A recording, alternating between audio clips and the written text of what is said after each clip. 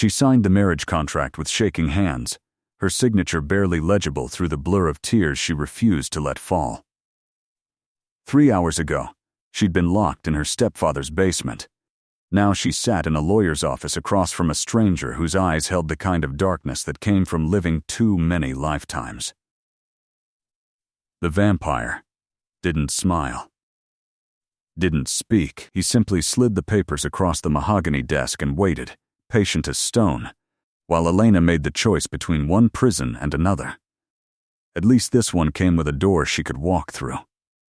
Her stepfather's voice still echoed in her ears from this morning. Worthless. Burden. Should have drowned you with your mother. 23 years of that voice. 23 years of flinching at footsteps, of making herself small and quiet and invisible. Her 2 half-sisters got college funds and weekend trips to the coast. Elena got the basement room with the lock on the outside and permission to eat leftovers if she'd scrubbed the floors well enough. When the marriage broker had approached her at the textile factory where she worked night shifts, Elena had thought it was a joke. Someone wants to marry you. A vampire from the old families. He needs a human wife for legal reasons. Something about property rights and inheritance laws. You'd live in his house. He'd pay your family a bride price. You'd want for nothing. She'd laughed. Then she'd seen the number on the contract. Enough money to make her stepfather smile for the first time in a decade. Enough money to buy her freedom. The vampire, Lucian, hadn't asked to meet her first.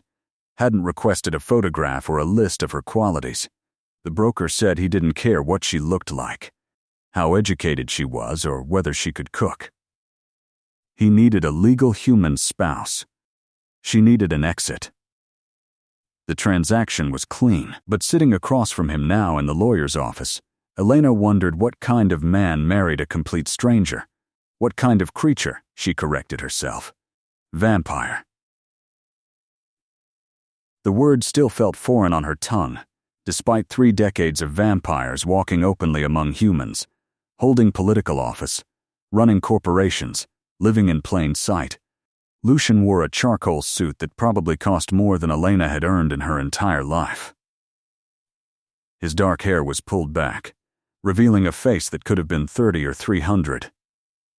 Sharp cheekbones. A mouth that looked like it had forgotten how to smile sometime during the last century. But it was his eyes that made Elena's breath catch. Not because they were red or inhuman, they were simply dark, almost black, and desperately, achingly tired. She recognized that exhaustion. She wore it too.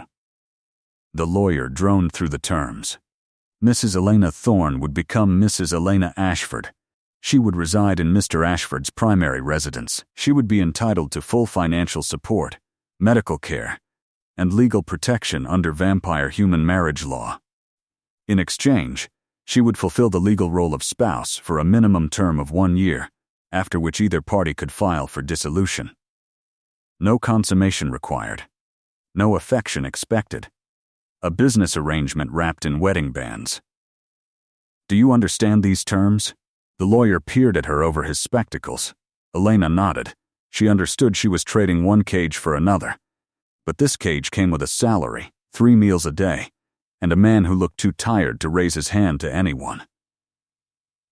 Lucian hadn't looked at her once during the entire proceeding. He stared at the wall behind the lawyer's head, his expression as blank as fresh snow. When the lawyer pronounced them legally bound, Lucian finally turned to her. "We should go." His voice was quiet, cultured, with an accent Elena couldn't place. British, maybe, or something older. He stood, and Elena realized how tall he was. At least 6'3", with the kind of presence that made people step aside in doorways. But he moved carefully around her, keeping distance, as if afraid she might bolt. Smart man. She'd considered it 3 times already. The car waiting outside was not what Elena expected. She'd pictured something gothic and dramatic. Maybe a vintage hearse, or a limousine with tinted windows. Instead, Lucian opened the door to a modest black sedan, the kind a doctor or lawyer might drive. Nothing flashy. Nothing that screamed wealth or power or vampire. He didn't try to help her into the car. Didn't touch her at all.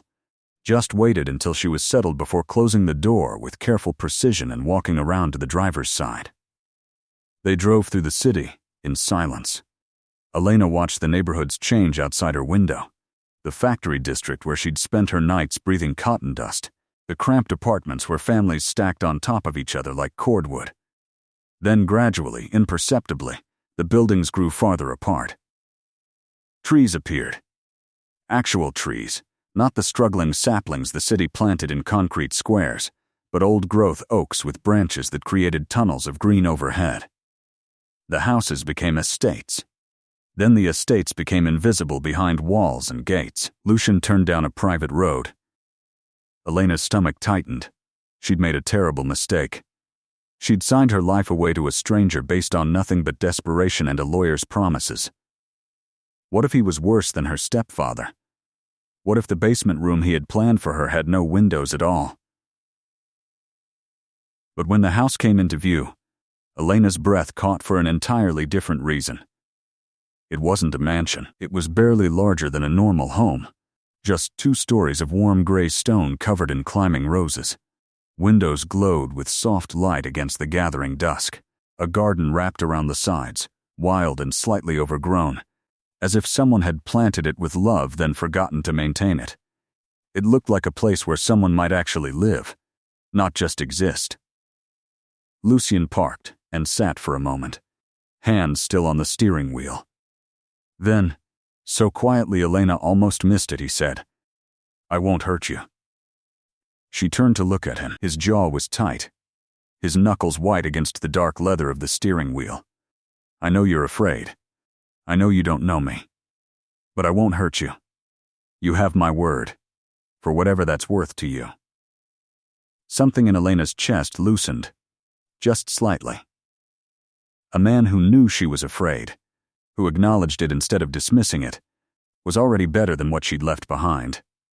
She managed a nod. Lucian exhaled and opened his door.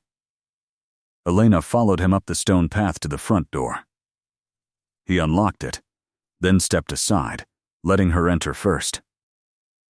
The interior was warm. That was Elena's first thought, warm and lived in, with books stacked on tables and a sweater thrown over a chair. The furniture was old but well made, the kind that lasted generations. Paintings covered the walls, not expensive art but watercolors of landscapes and seascapes, as if someone had traveled extensively and wanted to remember. "Your room is upstairs," Lucian said, moving past her toward the staircase. "First door on the left, there's a lock on the inside." He paused, his back to her. "Only on the inside." Elena climbed the stairs slowly, testing each step as if it might disappear beneath her feet. The door he'd indicated was ajar. She pushed it open and stopped. The room was larger than the entire basement she'd lived in for 5 years. A real bed with a thick duvet, a window seat overlooking the garden, a desk, a bookshelf, a closet, a door that led to a private bathroom with a tub deep enough to drown in. And on the bedside table, a small vase with fresh flowers. Elena sat on the edge of the bed and pressed her hands against her face. She would not cry. She had not cried when her stepfather locked her in the dark for 3 days. She had not cried when her mother died and left her alone with monsters.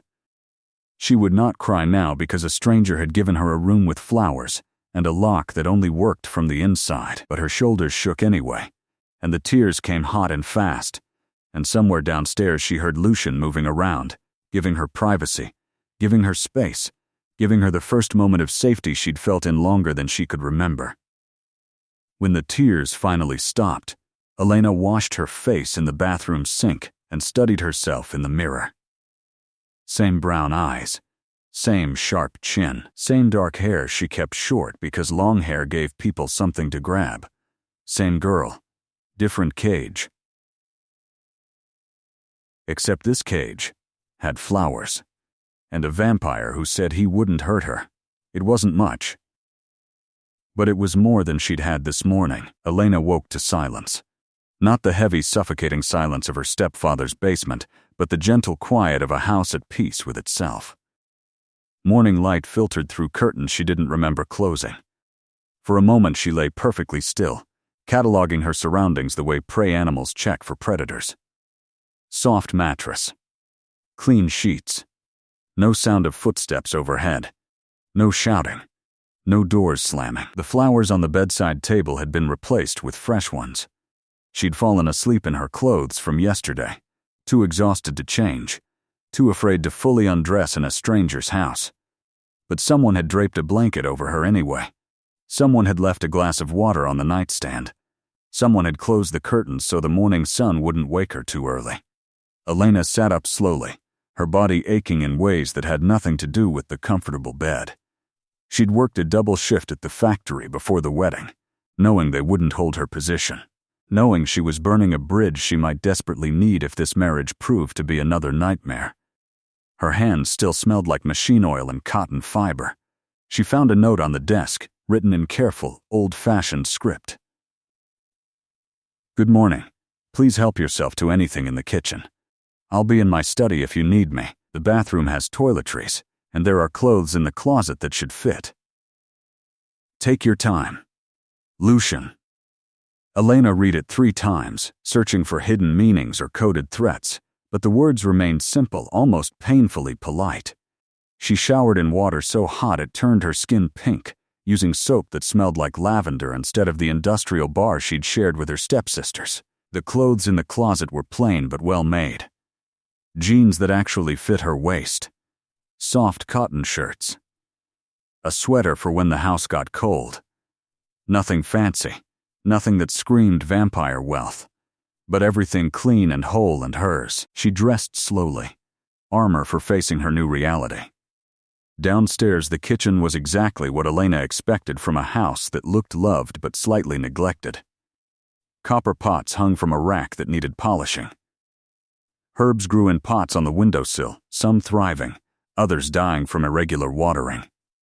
The refrigerator hummed softly, and when Elena opened it, she found it stocked with actual food. Fresh vegetables, fruit, cheese, bread from a bakery, not the discount store. There was also blood, stored in medical bags on the bottom shelf with the same casual practicality as someone else might store milk.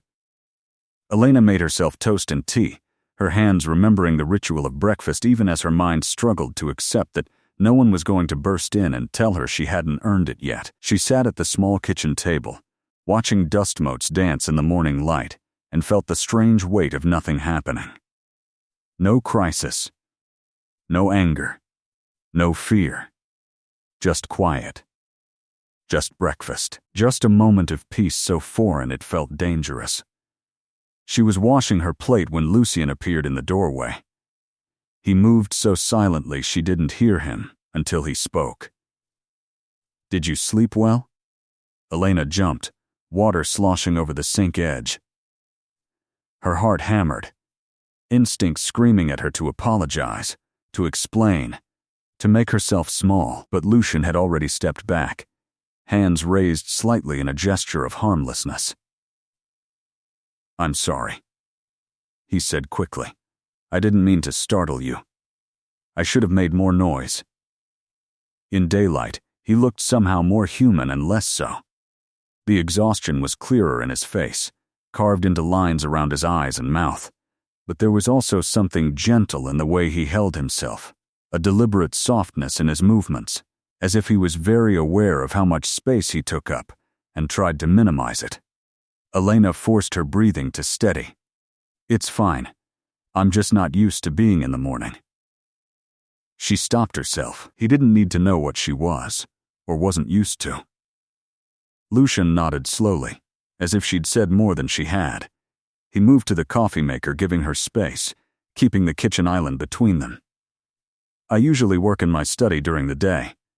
You're welcome to explore the house, the garden, anywhere you like. There's a library in the East Wing if you enjoy reading. The television works, though I admit I have no idea what's on it these days." Elena watched him prepare coffee with the precise movements of someone following a routine centuries old. "What do you do? In your study?" He glanced at her, surprised by the question. "I'm an architect. I design buildings, historical preservation mostly, helping old structures adapt to new uses without losing their character." It seemed impossibly normal for a vampire. Elena had imagined vampires doing vampire things, whatever those were, running nightclubs or ancient conspiracies or something dramatic.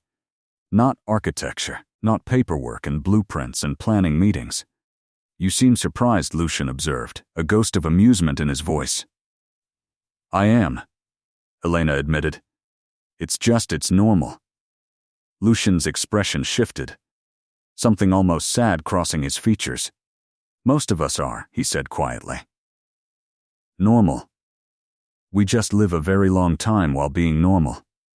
It's actually quite tedious." He poured his coffee and leaned against the counter, careful to maintain the distance between them. "I know you have questions.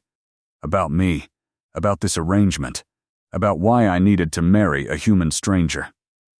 You're entitled to answers, but I don't want to overwhelm you on your first morning here. We have time." Time. Elena had never had time before. Everything in her life had been urgent, crisis-driven, survival-focused. The concept of time stretching out ahead of her, undemanding and patient, felt like standing at the edge of an ocean when you'd only ever known puddles. "Can I ask one question?" Elena said. "Of course. Why didn't you want to meet me first? Before the wedding. Most people would want to at least see what they were getting." Lucian was quiet for a long moment, studying his coffee as if it held answers. "Because," he said finally, "if I'd met you, I would have seen that you were afraid, and I would have felt guilty for being part of a transaction that kept you afraid. This way, the choice was entirely yours. Clean paperwork. No obligation beyond what you'd already decided." He looked up at her then, and Elena saw something raw in his expression. "I needed a human wife for legal reasons, yes. But I didn't need you to pretend to be happy about it. I didn't need you to perform gratitude or affection or anything else. I just needed your signature. Everything else we'll figure out as we go." It was perhaps the most honest thing anyone had ever said to Elena. He wasn't pretending this was romance. Wasn't dressing up the transaction in flowers and sweet words. He'd married her for legal reasons. She'd married him for survival. They were two people using each other, but at least they were honest about it. "I can work with that," Elena said. Lucian's shoulders dropped slightly, tension she hadn't noticed releasing. "Good," he said. Then he picked up his coffee and started toward the door. He paused in the threshold. "Elena?" She looked up. "You're not a prisoner here. You can leave any time. Walk to town, visit friends, whatever you need. I'm not trying to trap you. Just so we're clear." He left before she could respond. Elena stood in the kitchen, processing. He'd just told her she could leave. What kind of captor told their captive they were free to go? Unless he was playing a longer game. Unless this was part of the trap, making her feel safe so she'd let her guard down. But looking around the kitchen with its dying herbs and mismatched mugs, Elena couldn't quite make herself believe in a grand conspiracy. This felt less like a carefully laid trap, and more like a lonely man who'd made a practical decision and now had to live with another person in his space. Elena spent the rest of that first day exploring the house like a ghost haunting her own future. Each room revealed more contradictions. The formal dining room looked unused, dust gathering on the chandelier, but someone had left a book on the table, spine cracked from repeated readings. The living room had expensive furniture arranged stiffly, but a worn armchair by the window faced the garden, a reading lamp positioned just right. A blanket draped over the arm. This was a house decorated by someone trying to look like they lived properly, while actually living in small, comfortable corners. The library stopped Elena in her tracks. An entire room lined floor to ceiling with books. The kind of collection that took lifetimes to build. She ran her fingers along the spines, reading titles in languages she recognized and many she didn't. Architecture texts, obviously. Thick volumes on Gothic cathedrals and Roman aqueducts. but also poetry, philosophy, novels both classic and contemporary. Someone had read these books, made notes in margins, left bookmarks in unfinished pages. A person lived here, not just a vampire. She found Lucian's study by accident, the door ajar enough to see inside. He sat at a large drafting table, bent over blueprints, completely absorbed. For a moment, Elena just watched him work. His hand moved with confidence across the paper, sketching additions to what looked like an old church. There was something almost meditative in his focus, as if this was where he felt most himself. She started to leave, not wanting to interrupt, but a floorboard creaked beneath her foot. Lucian looked up, and Elena expected annoyance at the interruption. Instead, he just looked startled to remember he wasn't alone. "I'm sorry, I didn't mean to disturb you," Elena said quickly. "You're not," Lucian replied, setting down his pencil. "I lose track of time when I'm working. It's easy to forget the world exists." He gestured to the blueprints. "This is a church in the old quarter. Built in 1734, been abandoned for 20 years. The city wants to turn it into a community center but preserve the original architecture. It's like a puzzle, figuring out how to honor the past while serving the present." Elena moved closer, drawn by the precision of his work. The drawings were beautiful, technical yet artistic, showing how modern amenities could hide inside historic walls. "How do you know what the original builders intended?" she asked. "Research, mostly," Lucian said. "Old records, photographs, similar buildings from the same period, but sometimes you just have to feel it. Every building has a personality, a way it wants to be used. You have to listen." It was such an unexpected answer from someone who seemed so controlled, so careful. Elena studied him, this stranger she'd married, and realized she'd made assumptions based on nothing but fear. "He's careful with old buildings." A voice in her head whispered, "Maybe he's careful with people too." They fell into an easy silence, Elena looking at the blueprints while Lucian returned to his sketching. After a while she asked, "Why did you need a human wife?" "For legal reasons, you said." "But what legal reasons?" Lucian paused, considering how much to share. "Vampire property law is complicated," he said finally. "When we live for centuries, inheritance becomes tangled. My family estate, this house, the land, it's all been in vampire hands for 8 generations, but the city has new rules about long-term vampire property ownership. They're worried about vampires accumulating too much wealth, too much power. So now, to maintain certain property rights, you need a human family member, a spouse, preferably. It keeps the property in circulation theoretically." He set down his pencil and turned to face her fully. "I could have fought it legally, but that would have taken years and drawn attention. This was simpler. Marry a human, maintain my property rights. Everyone's satisfied." "Except you married a complete stranger," Elena pointed out. "That seems neither simple nor safe." Lucian's expression shifted, something vulnerable flickering across his face. "No," he agreed, "it wasn't safe at all. But I'm very tired of fighting. Sometimes the path of least resistance is the only path you have energy for." Elena understood that bone deep. "How long have you lived here?" she asked. "In this house, about 150 years, Lucian said. "In this city, nearly 300. Before that, elsewhere. I've lost track of all the elsewheres." 300 years. Elena's mind struggled with the concept. He'd been alive before her country existed in its current form. He'd watched the world transform countless times while staying fundamentally himself. "How do you not go insane?"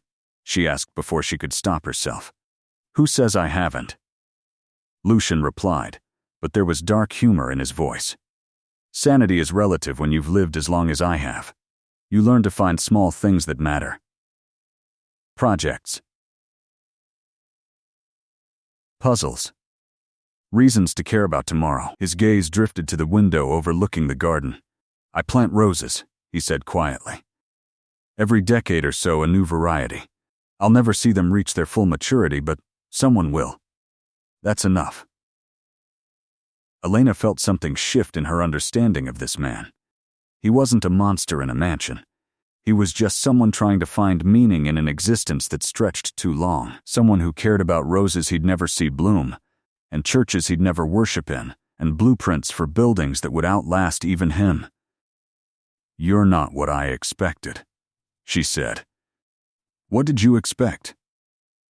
"A monster," Elena admitted. "Someone cruel, or controlling, or dangerous. Someone who would hurt me." Lucian met her eyes, and the sadness in his face aged him centuries. "I've been alive for over 300 years, Elena. I've seen enough cruelty to last several lifetimes. The last thing I want is to add more to the world." He turned back to his blueprints. "You're safe here. I know you don't believe that yet, but you will. Take whatever time you need." Elena left him to his work and wandered down to the garden. It was wilder than she'd thought from the window, roses climbing over trellises in an explosion of reds and pinks and whites. Some were clearly old, thick canes twisted with age. Others were younger, just establishing themselves, all of them slightly overgrown, as if the gardener loved them but couldn't keep up with their enthusiasm for living. She found a stone bench hidden among the roses and sat, breathing in the heavy perfume. The sun was warm on her face. Birds sang in the trees. Somewhere nearby, a fountain trickled water over stone. It was so peaceful it hurt. Elena pulled her knees to her chest and let herself feel it. This strange new reality. No one knew where she was. Her stepfather had his money and good riddance to the burden he'd finally sold off. Her stepsisters had never cared enough to miss her. The factory had already filled her position. She was a ghost, disappeared from her old life, haunting this new one. And for the first time she could remember, that felt like freedom, rather than loss. The first week passed in a strange suspended reality. Elena woke each morning to fresh flowers. She made her own breakfast while Lucian worked in his study. They passed each other like roommates, polite and distant. Two people sharing space, without truly sharing lives. But Elena was watching.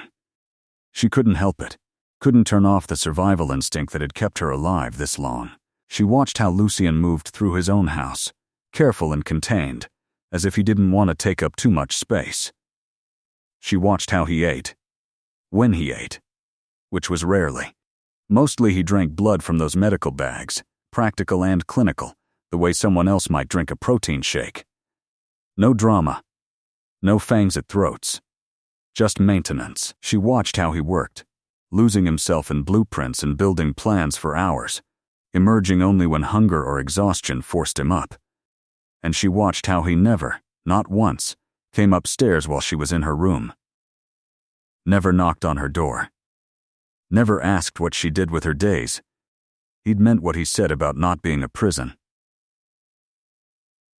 On the 8th day, Elena discovered the garden shed.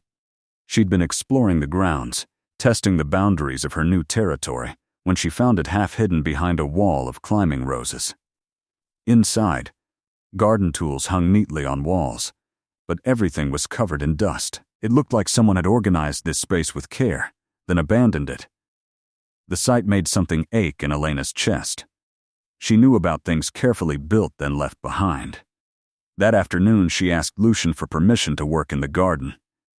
He looked up from his drafting table, surprised. "You don't need my permission," he said. "This is your home now, too. But yes, please." "I've let it go terribly. I keep meaning to hire someone," but he trailed off. Elena understood. Sometimes the gap between intention and action was just too wide to cross alone. She spent the rest of the day in the garden, pruning overgrown roses, pulling weeds from the flower beds, clearing dead growth to make room for new. Her hands remembered this work from childhood, from before her mother died, when they'd had a small garden behind their cottage. When things had been different, Lucian appeared in the doorway as the sun started to set. He stood there for a long moment, just watching her work. When Elena finally noticed him, he looked almost stricken. "My wife planted these roses," he said quietly. The older ones. She loved gardens. Elena's hands stilled on the pruning shears. I didn't know you'd been married before. I'm sorry. Don't be, Lucian said, moving into the garden slowly, as if approaching something fragile. It was a long time ago. 200 years, but I've never been able to bring myself to tear out her roses even when they grew wild. It felt like erasing her. Elena looked at the garden with new eyes, seeing it not as neglect but as a memorial. Someone had loved these plants. Someone had chosen each variety, planned the colors, imagined how they'd look in bloom. And someone else had kept them alive long past, when it hurt to do so. You don't have to, you know. Lucian continued. Take care of them. I don't want you to feel obligated. I want to, Elena said, and realized it was true. There's something honest about gardens. They don't pretend, they're just alive and trying, and sometimes they need help. She met his eyes. I understand that. Lucian studied her face for a moment, really looked at her for the first time since they'd met. When he spoke, his voice was soft. You've been taking care of things that needed help for a long time, haven't you? Elena didn't answer, but she didn't need to. That night, Lucian knocked on her door for the first time. Elena's heart leaped into her throat, instinct screaming danger. But when she opened it, he stood well back in the hallway, hands visible, posture open. I wanted to ask, he said carefully. Tomorrow I have a meeting with the City Planning Commission. About the church project. It's downtown, several hours. I wanted you to know I'd be gone, in case you wondered where I was. You don't have to tell me your schedule, Elena said. Yes, I do, Lucian replied. You're living with a stranger. You have a right to know when that stranger won't be in the house. It's about safety. Yours. The consideration in that simple act made Elena's throat tight. He was thinking about how she'd feel, alone in the house, not knowing if he might return unexpectedly, giving her information so she could relax, giving her control in whatever small ways he could. Thank you, she managed. I'll be back before dark, Lucian added. But if I'm not, my cell number is on the refrigerator. And Elena? She looked up. You don't have to stay in your room. This house is as much yours as mine now. Use it. Live in it. Be comfortable. He left before she could respond, disappearing down the hallway like a shadow. Elena stood in her doorway for a long time, processing. A man who asked permission, who gave information freely, who made space for her fear without judgment.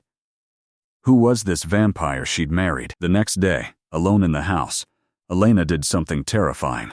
She went into the living room, the formal one that looked unused, and she sat in the big armchair by the window, the one that was clearly Lucian's, worn to his shape, positioned just right for reading.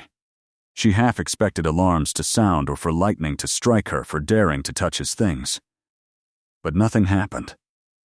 Just silence, and sunlight, and the comfortable embrace of a chair that had cradled someone through long evenings. She picked up the book on the side table. Poetry. Neruda.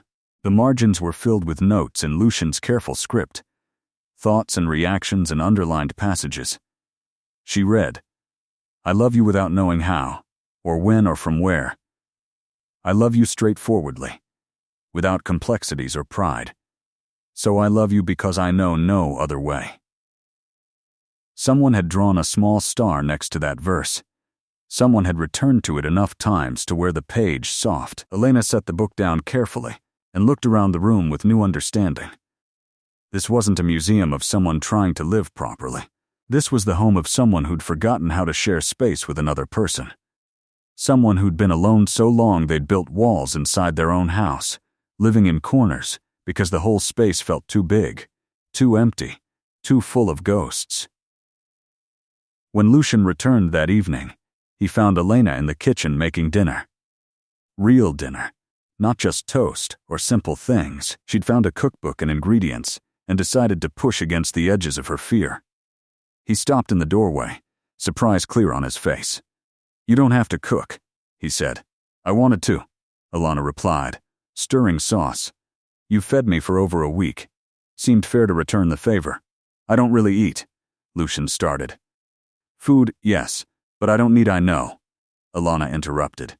But you can eat food, right? It won't hurt you? No, Lucian admitted. I just don't usually bother. Then humor me, Elena said. Consider it payment for the garden. They ate at the kitchen table. An odd little meal where Elena had real food and Lucian moved pasta around his plate politely while clearly not needing it. But he ate some anyway. And he complimented her cooking. And they talked about his meeting and her day in the garden. And for just a moment, it almost felt normal. Like two people learning to live in the same space. Not a vampire and his contractual human wife. Just people. Lonely people, maybe. Careful people. Definitely. But people trying. 3 weeks into the marriage, Elena started receiving mail. Not forwarded from her old address. Nothing from her past life. New mail. Addressed to Mrs. Elena Ashford. The name still looked foreign written out. Like someone else's identity she was borrowing. The first letter was from the local library, welcoming her to the neighborhood and offering a free membership. The second was an invitation to a community garden meeting. The third was from a small art gallery downtown, announcing their new exhibition. How did they know I was here? Elena asked Lucian over their now regular evening meals. He glanced at the mail she'd set on the table. I registered our marriage with the city, he said. Public record. These are probably automated mailings to new residents in the district. He paused, studying her face. Does it bother you? People knowing where you are? Elena considered the question honestly. Her first instinct was yes, panic. Anyone who knew where she was could find her. But her stepfather had his money and no reason to come looking for his burden. Her stepsisters had their comfortable lives and no interest in the sister they'd never wanted. No one from her old life cared enough to track her down. Actually, she said slowly, it feels like becoming real. Like I exist somewhere officially. Like I'm not just hiding. You're not hiding, Lucian said firmly. You're living. There's a difference. That weekend, Elena took the bus downtown. Lucian had offered to drive her, but she needed to do this alone. Needed to prove to herself that she could leave the house and come back. That this wasn't just a prettier cage. The city looked different from the bus window than it had from behind factory walls. She'd lived here for years, but always in the margins, moving through shadows between work and home. Invisible. Now she watched neighborhoods unfold like pages in a book, each with its own character, its own story. The art gallery was small, tucked between a coffee shop and a bookstore, in what the invitation called the Arts District. Elena had never been to an art gallery before, couldn't afford it, wouldn't have thought herself welcome, wouldn't have believed art was for people like her. But the door was open, and the entry was free, and no one stopped her from walking in. The exhibition was landscape paintings by a local artist, scenes from around the city, but transformed by light and color into something almost magical. The factory district at sunset turned golden. The old port at dawn, wrapped in mist. The wealthy neighborhoods made somehow lonely and stark. Elena stood in front of a painting of the arts district itself, this very street at dusk, and felt something unlock in her chest. Someone had looked at the world she moved through and seen beauty. Had deemed it worth capturing, worth sharing, worth the time and care it took to translate reality into art. Excuse me, a voice said behind her. Elena turned to find an older woman, paint-stained smock suggesting she was the artist. I saw you looking at that piece. It's one of my favorites. Elena struggled for something intelligent to say. You made the ordinary look extraordinary. The woman smiled. That's the whole point of art, isn't it? Reminding people that extraordinary is already there. They've just stopped seeing it. She extended a hand. Margaret Chen, I'm the artist. And apparently I can't leave my own opening to just let people enjoy the work. Elena shook her hand. Elena Ashford. I just moved to the neighborhood. You're Lucian's new wife, Margaret said, recognition lighting her face. He mentioned he'd gotten married.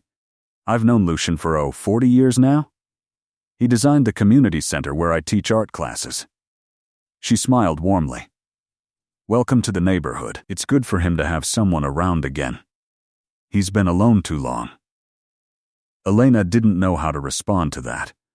The easy familiarity, the assumption of belonging, the casual mention of knowing a vampire for 4 decades.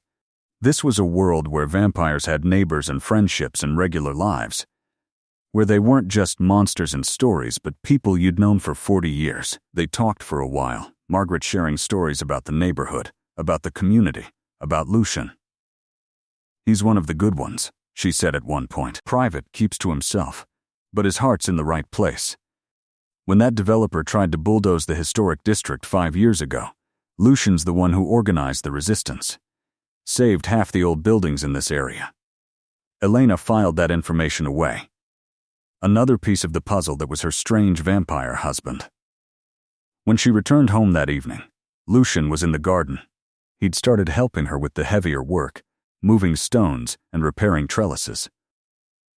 They worked in comfortable silence mostly, but it was a different kind of silence than those first days. Not the silence of strangers, but the silence of people who didn't need to fill every moment with words. I met Margaret Chen today, Elena said, kneeling beside a flower bed. At her art exhibition, Lucian looked up, genuine pleasure crossing his face. Did you? She's wonderfully talented. I've been trying to get her to do a showing of her architectural studies, but she insists on her street scenes. He paused. What did you think? I thought she made the ordinary extraordinary, Elena said. And I thought it was brave, putting your work out there for people to judge. You should see what you're doing here. Lucian gestured at the garden. This was dying.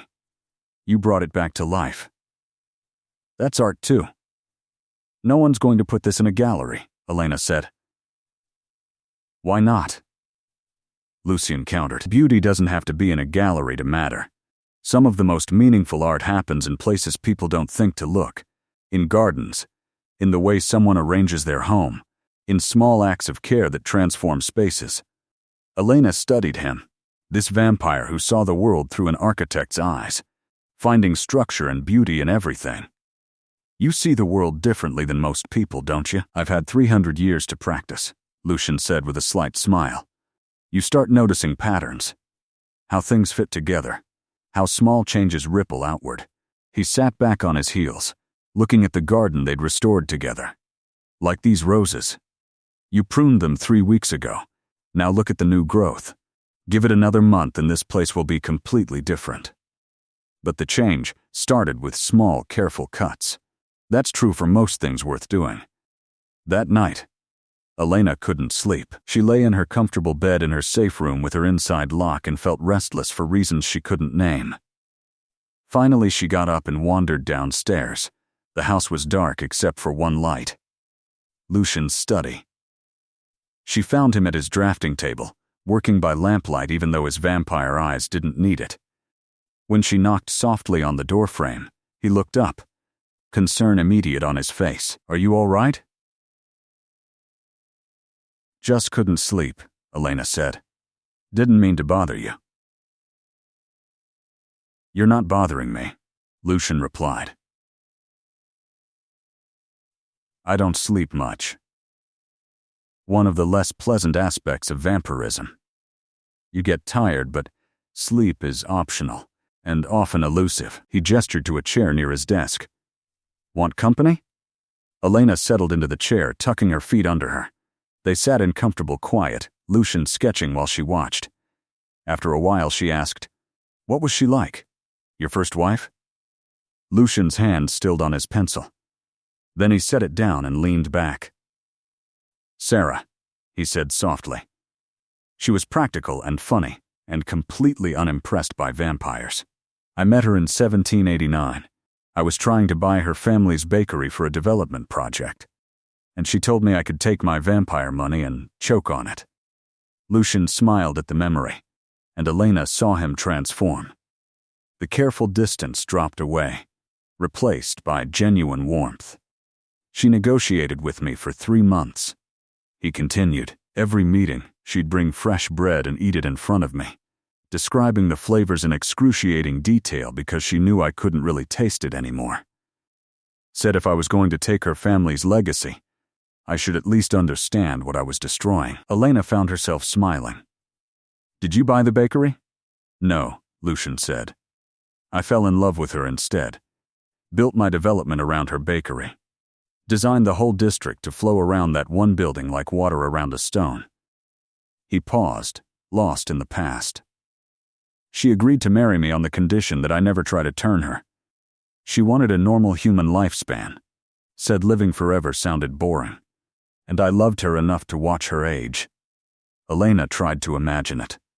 Watching someone you loved grow old while you stayed unchanged. Choosing that pain willingly.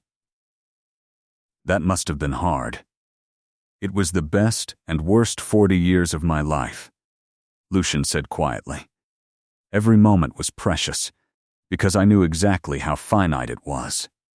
And when she died, I thought I might die too. Didn't know if vampires could die of grief, but I was willing to test it. He looked at Elena then. Really looked at her.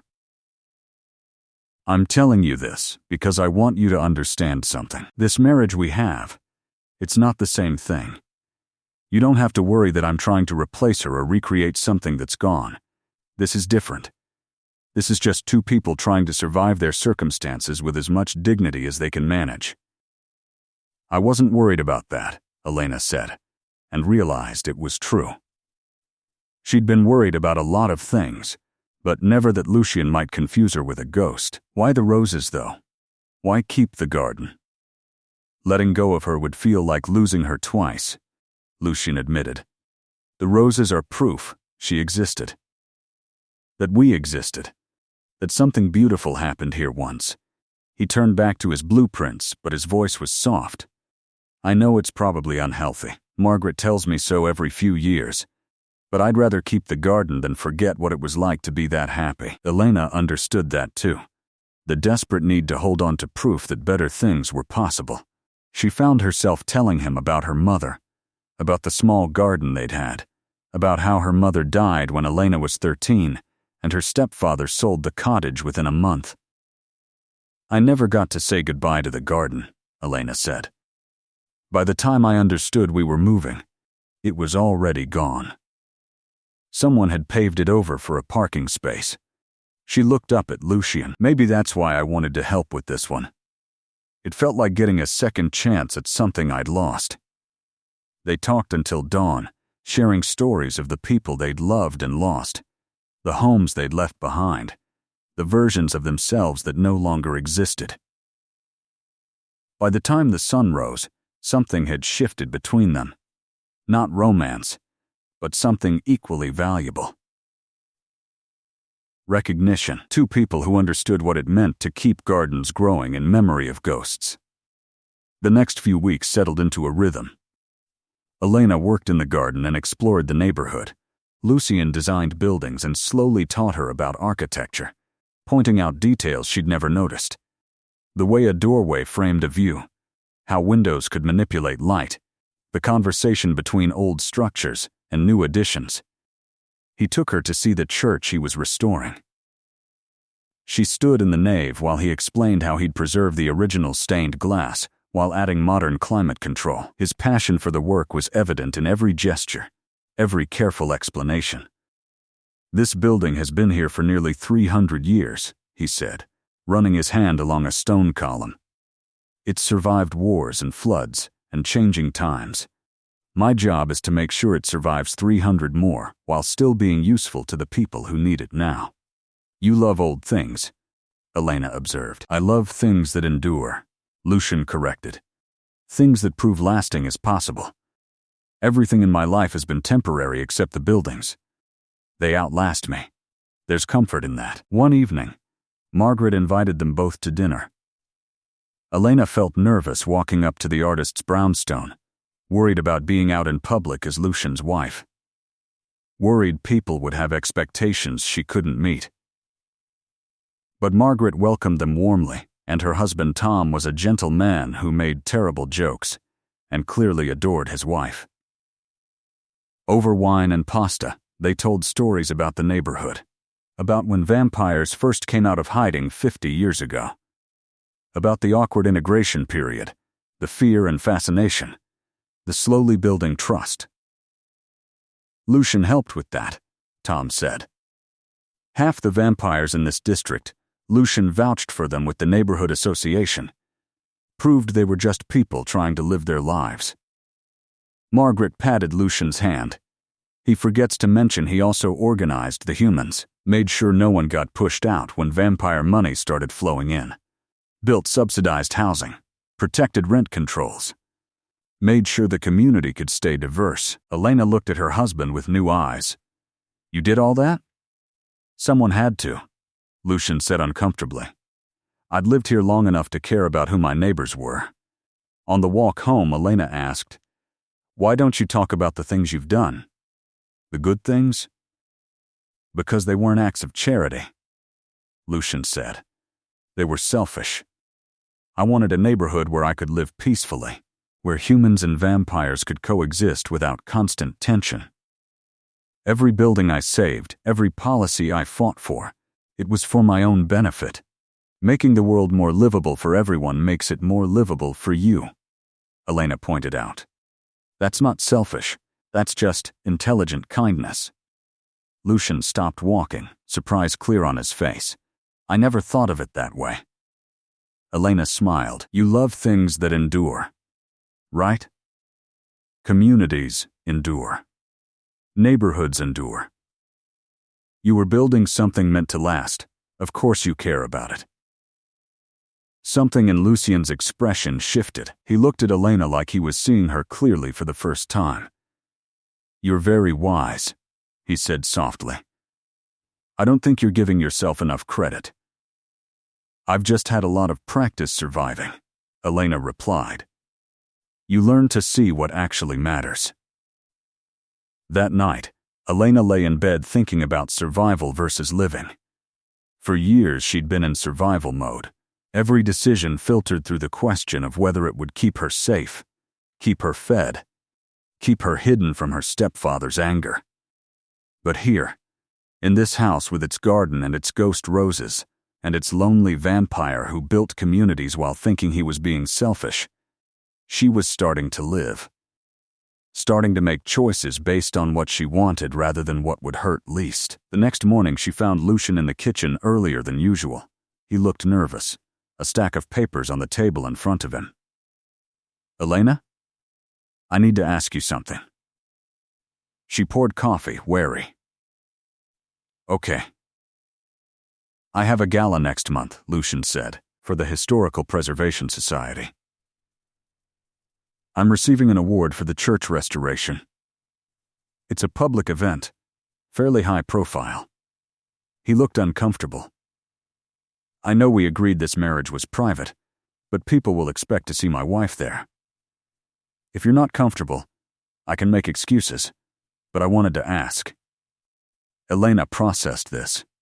A public appearance as Mrs. Ashford, being seen, being acknowledged, standing beside him in front of people who mattered. Part of her wanted to refuse, to hide, but a larger part, the part that was learning to live instead of just survive, felt something different. When is it? She asked. 3 weeks from Saturday, Lucian replied. Formal dress. About 3 hours. I'd stay beside you the entire time. We can leave whenever you want. Elena thought about Margaret's art show, about walking through the neighborhood as herself, about how every time she'd pushed past fear, she'd found something worth having on the other side. Okay, she said. I'll go. Lucian's face transformed with relief. Thank you. I'll make sure you have everything you need. A dress, transportation, whatever makes you comfortable. Elena nodded, then realized something. Lucian? Yes? I don't know how to act at a fancy vampire gala. I've never been to anything like that. Neither has anyone else the first time, Lucian said gently. Just be yourself. That's all anyone can do. The dress arrived a week before the gala. Elena opened the box in her room and found deep emerald silk that moved like water. Simple, elegant, nothing overly dramatic. A note in Lucian's handwriting said, "Thought this color would suit you. If you hate it, we can find something else. No pressure." She tried it on, and for the first time in years, Elena looked in the mirror and saw someone who belonged in beautiful things. Not a servant. Not a burden. Just a woman who could wear emerald silk and carry it off. The morning of the gala, Elena woke to sounds from downstairs, raised voices, which was unusual enough to send alarm through her system. She crept to the top of the stairs and froze. Her stepfather stood in Lucian's foyer. "You can't keep her from her family," Marcus was saying, his voice carrying that edge Elena knew too well. The edge that came before violence. "She's my stepdaughter. I have rights. You sold those rights," Lucian replied, and his voice was colder than Elena had ever heard it. "You took payment for a marriage contract. Elena is legally my wife now, and unless she wishes to see you, you have no claim to enter this house or her life." "I want to talk to her," Marcus demanded. "Make sure she's all right. Make sure some vampire isn't manipulating her." Elena felt ice in her veins. He'd come after weeks of peace, after she'd started to believe she was safe. He'd found her. Lucian's posture shifted. Elena recognized it from the few times she'd seen him truly angry. He seemed to grow taller, presence filling the space, and for the first time she understood he was apex predator wearing human courtesy. "You want to ensure her well-being?" Lucian said quietly. "Let me tell you about Elena's well-being, Marcus. She has nightmares about basements. She flinches at raised voices. She apologizes for taking up space. And every single one of those wounds came from your house, your care. So no, I don't think you're concerned about her well-being. I think you're concerned she might tell people what you are." Marcus's face flushed. "You don't know anything about our family. I know you locked a child in the dark," Lucian said, and something ancient and dangerous crept into his voice. "I know you sold your wife's daughter like property. I know Elena is safe here, which is more than she ever was with you. Now get out of my house before I forget I'm supposed to be civilized." Elena had never heard anyone defend her like that, never had someone stand between her and her stepfather's anger. She wanted to run downstairs to add her own voice, but fear kept her frozen. Marcus must have seen something in Lucian's face that convinced him. He left, slamming the door, his shouted threats fading as he stormed down the drive. Elena heard Lucian release a long breath. Then his voice, softer. "Elena, I know you're on the stairs. You can come down." She descended slowly, shame and gratitude warring in her chest. "I'm sorry.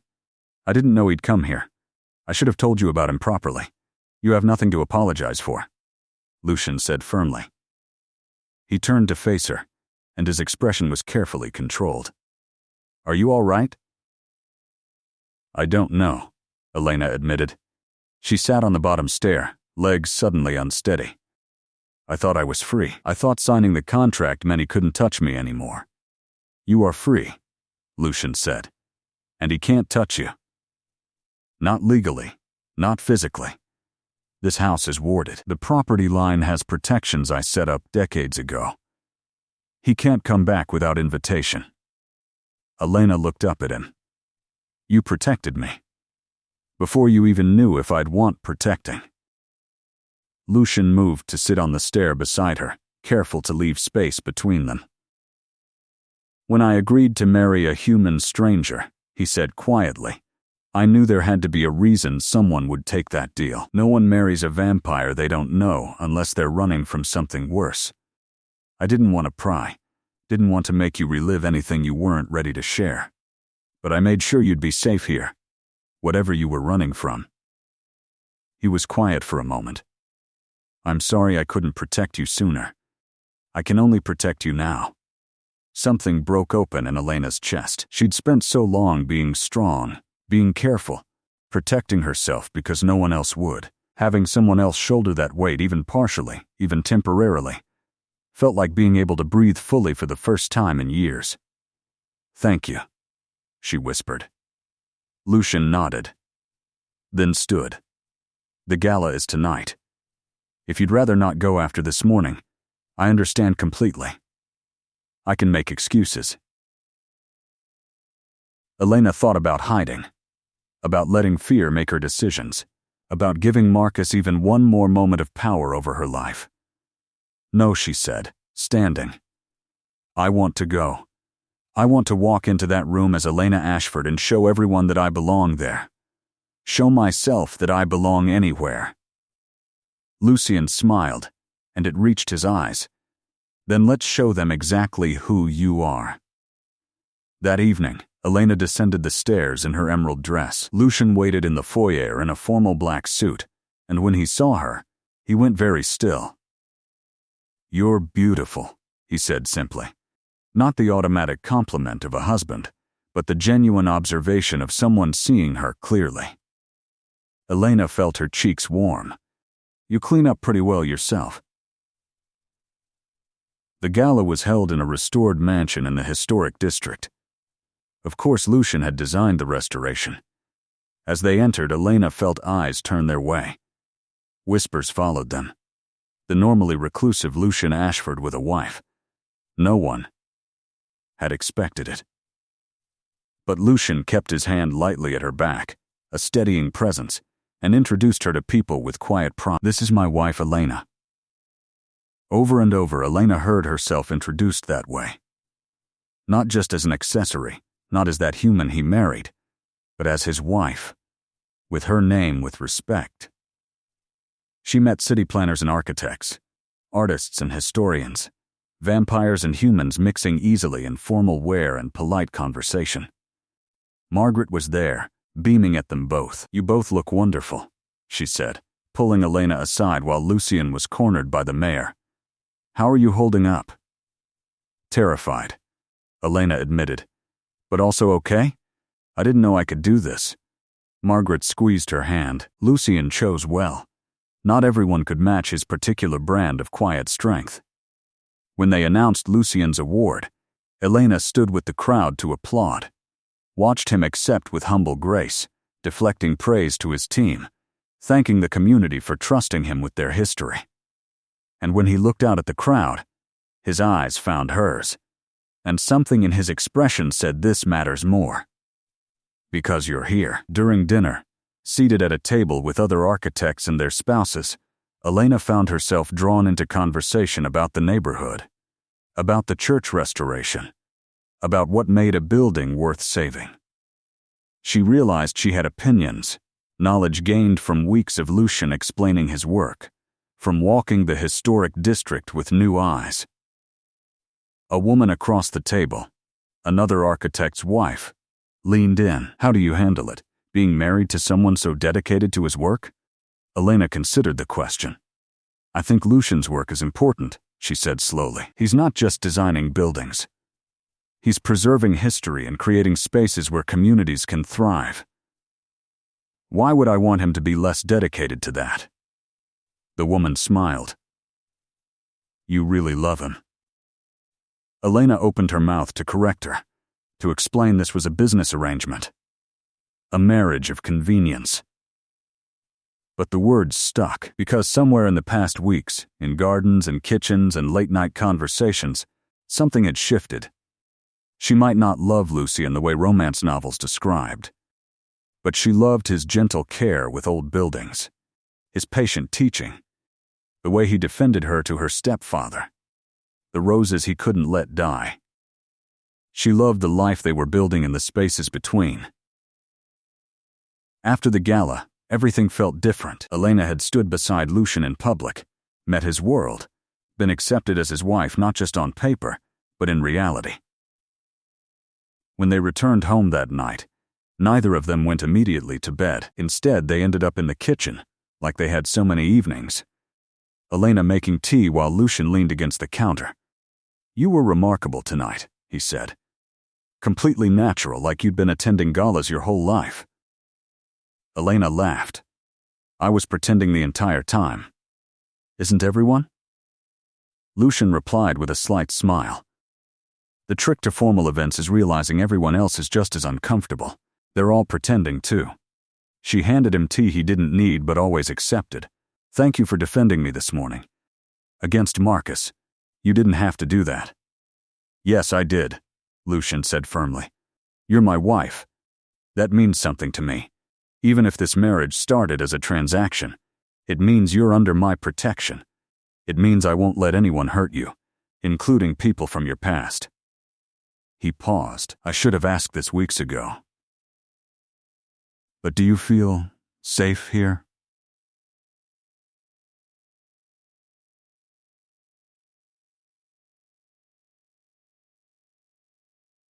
With me?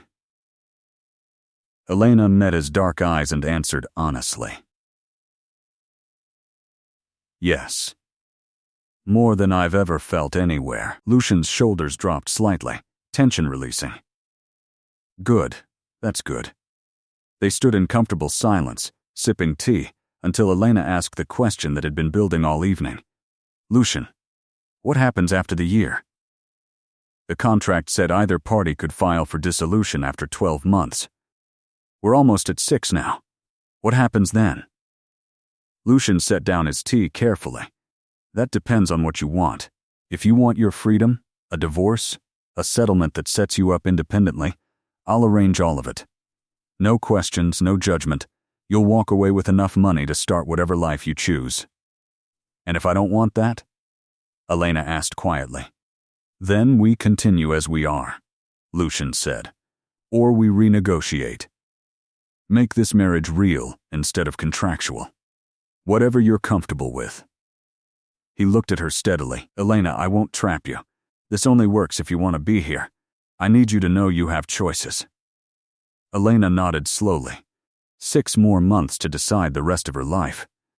To figure out if this careful peace they'd built could become something lasting. The next morning, Margaret appeared at the door with coffee and knowing smile. Thought you might want company, she said, settling into the kitchen. That was quite the debut last night. Everyone's talking about Lucian's mysterious wife. Elena poured coffee, grateful for Margaret's easy warmth. Is that good or bad? Depends on your perspective, Margaret said. The gossips are disappointed you're not more scandalous. The romantics are thrilled that Lucian finally has someone. And those of us who actually know him are just happy he's not alone in this big house anymore. She studied Elena over her coffee mug. How are you really doing? Honestly, Elena said. I don't know. A month ago, I was nobody. Now I'm Mrs. Ashford, attending galas, being introduced to the mayor. It's surreal. You were never nobody. Margaret said firmly. You were just somewhere that didn't see you properly. Lucian sees you. That's why this works. Over the next weeks, Elena threw herself into making the house feel like home. Not Lucian's house where she was a guest, but their house, shared space. She reorganized the kitchen, hung art in the empty hallways, brought fresh flowers inside, not just for her room but for every surface. Lucian noticed immediately. You're nesting, he observed one evening, looking around at the transformed living room.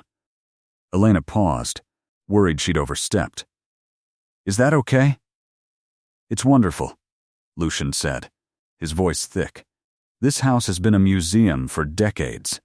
Just me and my memories and dust. You're making it alive again. He touched a vase of fresh flowers on the mantel. Thank you. They started cooking together.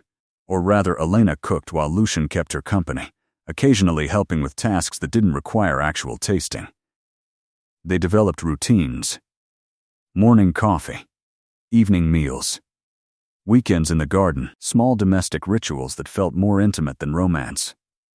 One Saturday, Elena found old photo albums in the library. She brought them to Lucian hesitantly.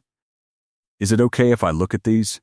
Of course, Lucian said, then hesitated. Though I should warn you, I'm not in most of them. Photographs and vampires don't always agree.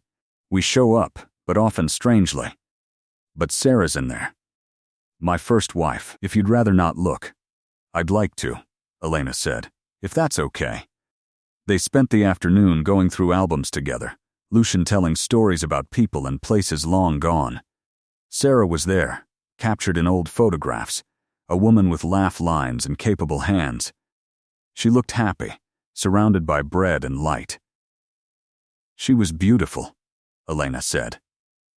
She was everything, Lucian agreed quietly, and she taught me that loving someone fully means accepting their mortality, accepting that you'll lose them, and choosing to love them anyway. He looked at Elena. I'm telling you this because I want you to understand. If we make this marriage real, if we choose to build something beyond the contract, I'm choosing to care about someone human again, knowing I'll outlive you. And I'm willing to do that, if you are. Elena's heart raced. Are you saying? I'm saying, I care about you, Lucian interrupted gently. Not the way I loved Sarah. This is different, but I care about your happiness, your safety, your opinion on my building designs, the way you bring life back to dead gardens. You've made me remember what it's like to share space with someone, and I don't want to give that up. Elena didn't know what to say. She'd come into this marriage expecting survival. She'd found something much more complicated. I care about you too, she admitted. You make me feel safe and seen, and like I matter. But you're not sure if that's enough, Lucian finished. I understand. Take whatever time you need. The contract doesn't expire for months. No pressure, but Elena realized she didn't want to wait, didn't want to spend months wondering. She'd spent her whole life being careful, weighing every decision against potential danger. Maybe it was time to choose based on what she wanted instead of what she feared. What if I am sure? She asked. Lucian looked at her carefully. Are you? I know I don't want to leave, Elena said. I know this house feels like home. I know I trust you more than I've trusted anyone. I know that when I think about the future, you're in it. She took a breath. I know I want to make this marriage real, not just on paper. Real. Lucian closed the photo album slowly. Elena, if we do this, I need you to understand something. I'm not human. I'll watch you age while I stay like this. I'll see you through your whole life. And then I'll live centuries more after you're gone. That's not fair to you. Maybe love isn't about fairness, Elena said. Maybe it's about choosing to care about someone even when you know it'll hurt eventually. You taught me that. With Sarah. Lucian reached for her hand, the first time he'd truly touched her beyond casual contact. His fingers were cool, gentle. Are you certain? Yes, Elena said. I'm certain. They kissed then, soft and careful, two people choosing each other with full knowledge of the complications. It wasn't the dramatic passion of romance novels. It was better. It was real.